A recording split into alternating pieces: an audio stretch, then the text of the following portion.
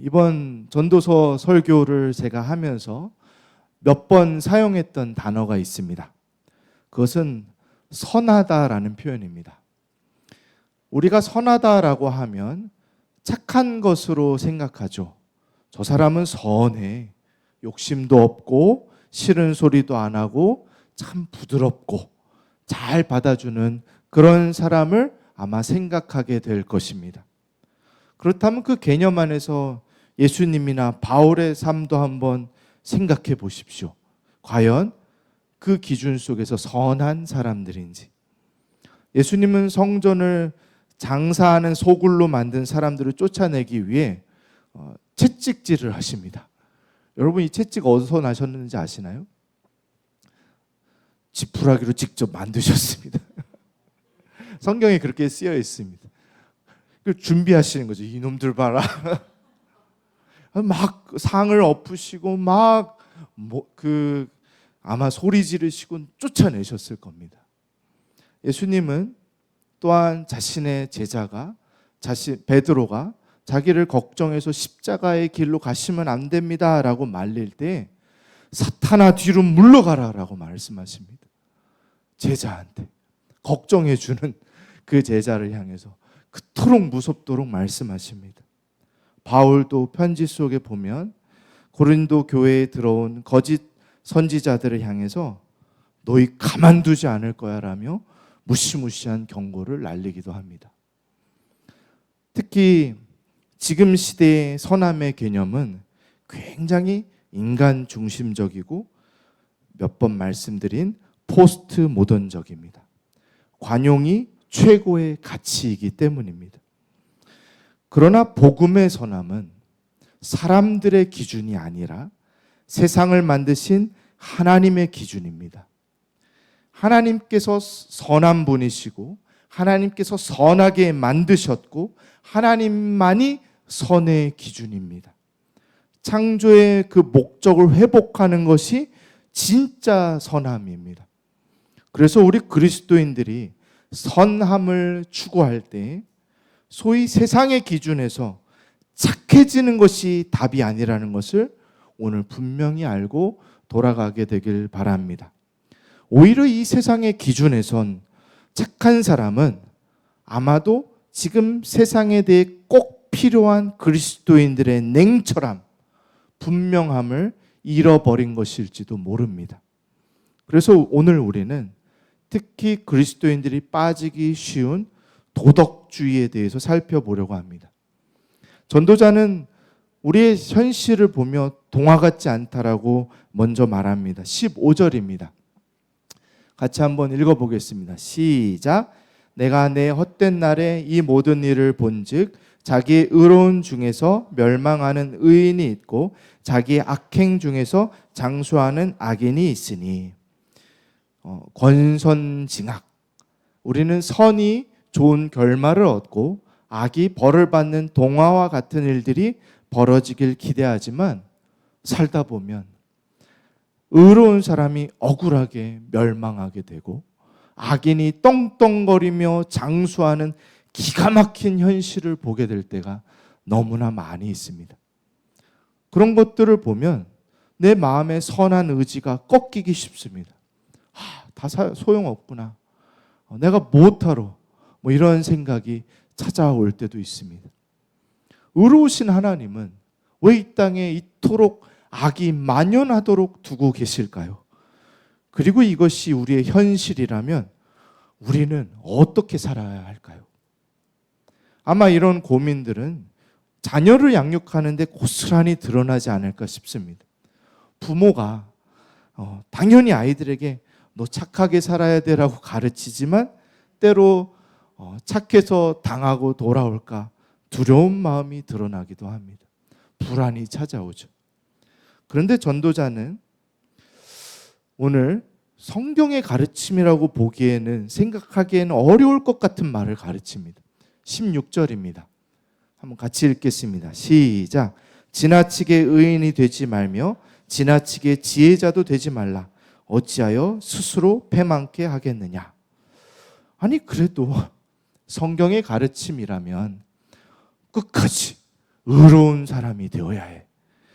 바른 길을 가야 해라고 말해야 되지 않겠습니까?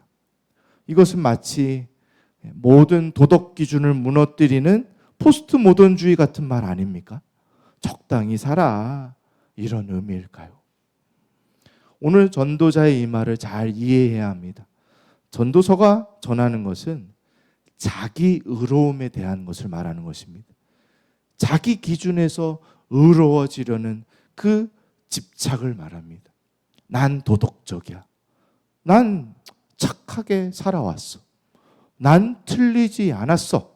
라는 왜곡된 도덕적 가치로 스스로를 평가하는 것. 지나치게 율법적이고 도덕적으로 살아가는 것의 문제들은 무엇일까요?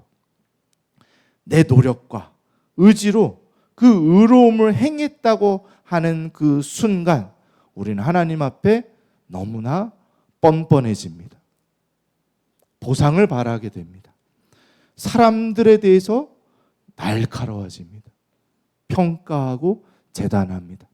난 이토록 바른 삶을 살고 있는데 너는 왜 그 모양이니? 난 맞고 너는 틀리다라는 자세를 가지기 쉽습니다. 전도자는 이어서 반대의 극단에 대해 말합니다. 17절입니다. 같이 읽겠습니다. 시작. 지나치게 악인이 되지 말며 우매자도 되지 말라. 어찌하여 기한전에 죽으려느냐. 반대로 그냥 되는 대로 사는 사람도 너무 많습니다. 규칙도 도덕도 말씀도 어떤 기준도 다 가볍게 여기고 그저 자신의 유익과 쾌락을 위해 살아가죠. 이러한 사람들은 편법을 잘 씁니다. 욕심이 많고 진취적인 것 같으나 뻔뻔합니다. 전도자는 그것을 미련한 일이라고 말합니다. 일찍 죽을 자멸의 길이라고 말하고 있습니다. 그렇다면 적당히 착하게, 적당히 악하게 살면 되는 것일까요? 사람들은 우습게도 이 말씀이 경고하고 있는 이 양극단을 다 살아갑니다. 예를 들어 자신의 이익을 위해서는 악을 쉽게 허용하고 남을 판단할 때에는 도덕적 기준과 자비 없는 징벌을 적용합니다. 그리고 스스로는 굉장히 도덕적으로 살고 있다라고 착각하며 살아갑니다. 오늘날 도덕의 이름으로 행해지는 오늘날의 특징들을 보면 인터넷상에서 대중을 익명성을 자기를 드러내지 않고서는 상대를 평가하고 매장시키는 일들은 대중들에게 너무 쉬운 일입니다. 해시태그로 도덕성도 있습니다.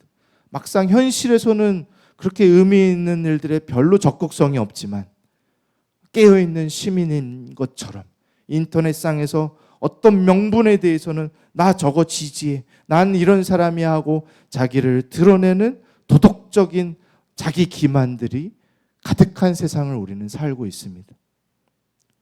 그러면서 자기가 지지하지 않는 세력은 악마화하기 쉽고 자기가 지지하는 세력이 흠결이 드러났을 땐 그럴 수 있지 라고 하는 이중적 잣대를 전혀 부끄러워하지도 않는 시대를 우리는 살고 있습니다. 성경은 거룩하라고 말씀하고 의로움에 대해 많은 것들을 가르쳐 줍니다. 그런데 여러분, 의로움이 무엇이라고 생각하십니까?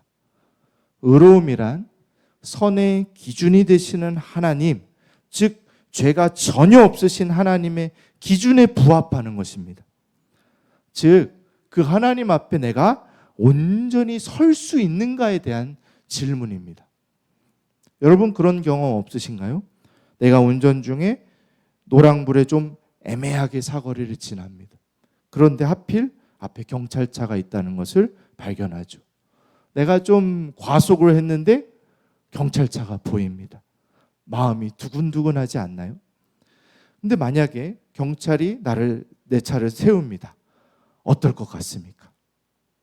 우리가 이러한 사소한 문제에서도 그러한데 우리의 마음속 깊이 나의 작은 생각 하나까지도 다 아시는 하나님 앞에 나를 영원한 형벌 아니면 영원한 천국의 그 보상으로 나를 심판하실 수 있는 하나님 앞에, 최후의 심판 앞에 섰을 때 우리는 의롭게 당당하게 설 수 있을까요? 정말 그렇다고 생각하십니까? 전도자는 이렇게 말합니다. 20절입니다. 같이 읽겠습니다. 시작. 선을 행하고 죄를 범치 아니하는 세상에 아주 없느니라. 의인은 세상에 아주 없다. 이것이 성경의 지속적인 가르침입니다. 너희는 다 실패했어. 사람은 누구든지 의로운 자는 없어. 하나님 앞에 온전히 당당하게 설 수 있는 사람은 아무도 없어. 그분의 기준에 있어서는 우린 다 실패했고 심판이 당연한 결과라고 성경은 가르쳐 주는 것입니다. 이것은 기독교 세계관, 우리가 계속 얘기하는 기독교 세계관의 세 가지 기둥 중 두 번째, 타락입니다. 하나님께서 우리를 선한 의도로 창조하셨습니다. 목적과 뜻과 기쁨을 두고 선하게 창조하셨지만 인간은 실패했습니다.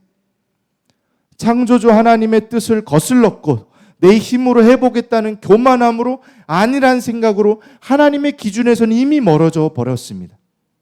그 결과 이 땅에서 우리가 아무리 수고해도 원하는 결과를 쉬이 가져올 수 없는 허무함을 죄의 결과로 떠안게 되었습니다. 우리가 인간이 생명을 낳고 기르기 위해서는 어마어마한 아픔과 희생을 감수해야만 하는 죄의 결과가 우리에게 주어졌습니다. 하나님과 관계가 깨졌고 사람과 사람의 관계와 신뢰도 깨져버렸습니다. 서로를 탓하고 파괴하기 바쁜 우리의 관계입니다. 자연 만물과의 관계도 깨져서 우리가 자연을 괴롭히니 자연이 재앙으로 우리에게 돌아오고 있는 현실을 살고 있습니다. 타락했다는 것의 의미는 우리 삶의 모든 부분이 망가졌다는 것입니다. 우리의 이성은 타락했습니다. 증거와 진리가 내 눈앞에 있어도 그것을 따르지 않는 다른 생각이 맞다라고 착각하는 이성의 타락 속에 살고 있고 우리 감정도 타락했습니다. 내 불쾌함, 내 기분이 절대적 기준이 돼버리는 타락한 감정 속에 살아갑니다. 내 의지도 타락했습니다. 이상한 곳엔 고집부립니다. 정작 붙들어야 되는 책임은 쉽게 놓아버리는 타락한 인간의 모습을 가지고 우린 살아갑니다. 성경이 가르쳐주는 분명한 진리는 타락한 우리 스스로는 우리 문제를 스스로 해결할 수 없다는 것입니다. 인간의 전적인 실패를 말합니다. 그런데 기독교 신앙을 가진다는 것을 도덕주의와 헷갈리는 경우가 너무 많습니다. 그러나 기독교 신앙은 내가 도덕으로 구원을 이루는 것이 아닙니다. 당신은 왜 구원받을 것 같습니까? 난 그렇게 나쁜 짓 안 했어요. 난 나름 착하게 살았어요. 아닙니다. 그러한 의미가 결코 아닙니다. 착한 것, 부드러운 것, 그것이 기독교 신앙의 척도일 수가 없습니다. 왜냐? 우리는 철저히 실패했기 때문입니다. 29절입니다. 같이 읽겠습니다. 시작.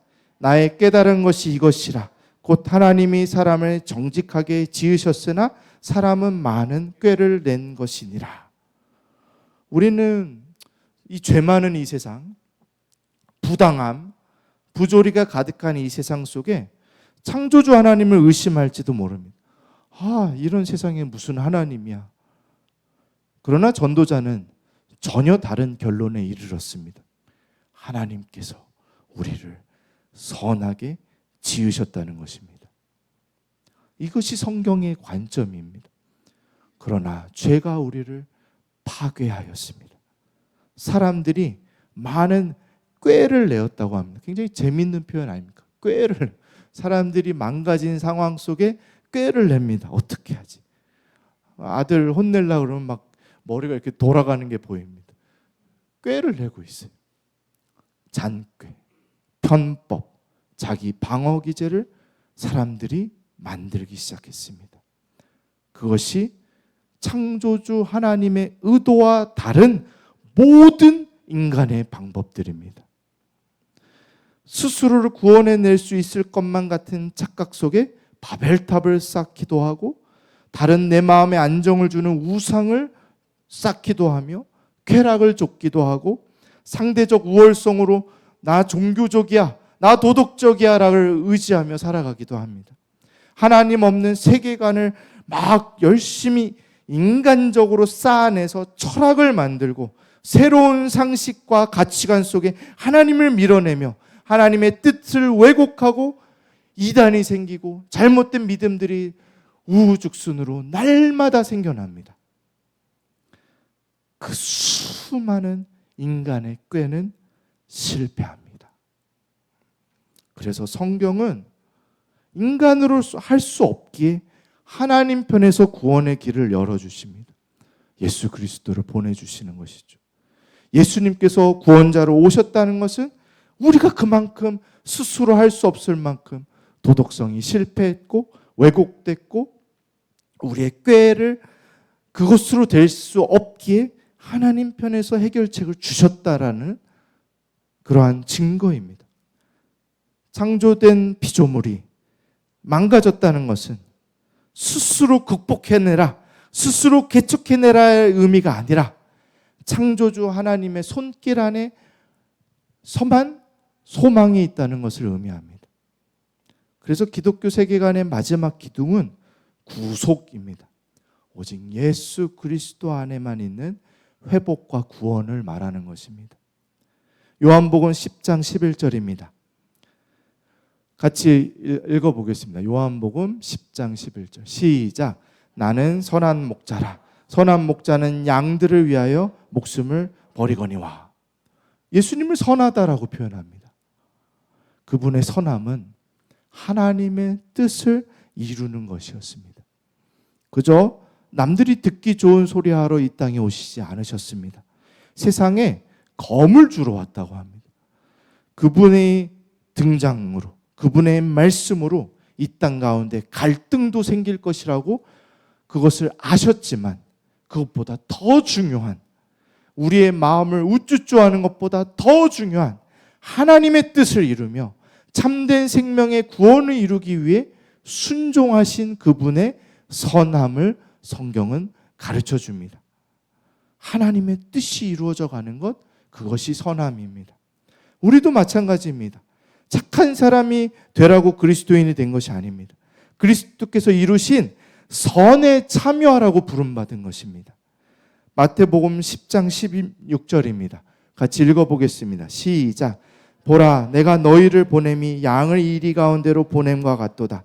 그러므로 너희는 뱀같이 지혜롭고 비둘기같이 순결하라.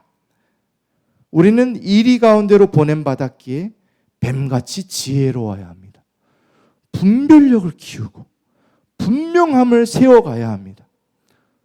똑같은 방식으로 그들의 악함을 따라가서도 안 되고 아무 문제의식 없다는 듯이 있어서도 안 됩니다. 그래서 우리는 지금 주일에 세계관을 논해보고 있는 것입니다. 그것의 문제점들을 살펴보려는 것입니다. 그리고 내게 주신 그리스도의 가치로움, 오직 그리스도로 회복되는 내 삶의 가치로움을 발견해 가기를 바라는 것입니다. 돌봄 가족 여러분, 세상의 그 기준 속에 착해지는 것을 목표로 삼지 마십시오. 착한 사람 콤플렉스에 그것을 신앙 좋은 모습으로 생각해서는 아니 됩니다. 자격 없는 나를 위해 모든 것을 내어주신 하나님의 그 가치 기준에 내 삶이 맞추어져 가는 길 바라는 우리들이 되었으면 좋겠습니다. 주를 따르는 우리를 세상이 미워할 것이라 그랬습니다. 너희 왜 그렇게 편협하니? 배타적이니? 왜 아니라 그러니? 우리를 향해 어떠한 말로도 너 왜 이렇게 못됐어라고 말할 때 기죽지 마십시오. 우리의 선함은 그들의 기준 속에서 결정되지 않습니다. 하나님의 기준 안에 있습니다. 이 땅에서 불편한 존재가 되어야 한다면 그리 되십시오. 그것을 불편해해서는 우리는 이 땅 가운데 그리스도인으로 살아갈 방법이 없습니다. 이 세상의 도덕과 다른 새로운 피조물이 되는 우리들이 되었으면 좋겠습니다. 우리 아까 불렀던 이 찬양의 가사를 한번 생각해 보았으면 좋겠습니다. 매일 마주한 슬픔을 견뎌 나가며 주 예수의 마음을 닮아가네. 두려운 걸음마다 주가 동행하니 주 의지하며 오늘을 걷네.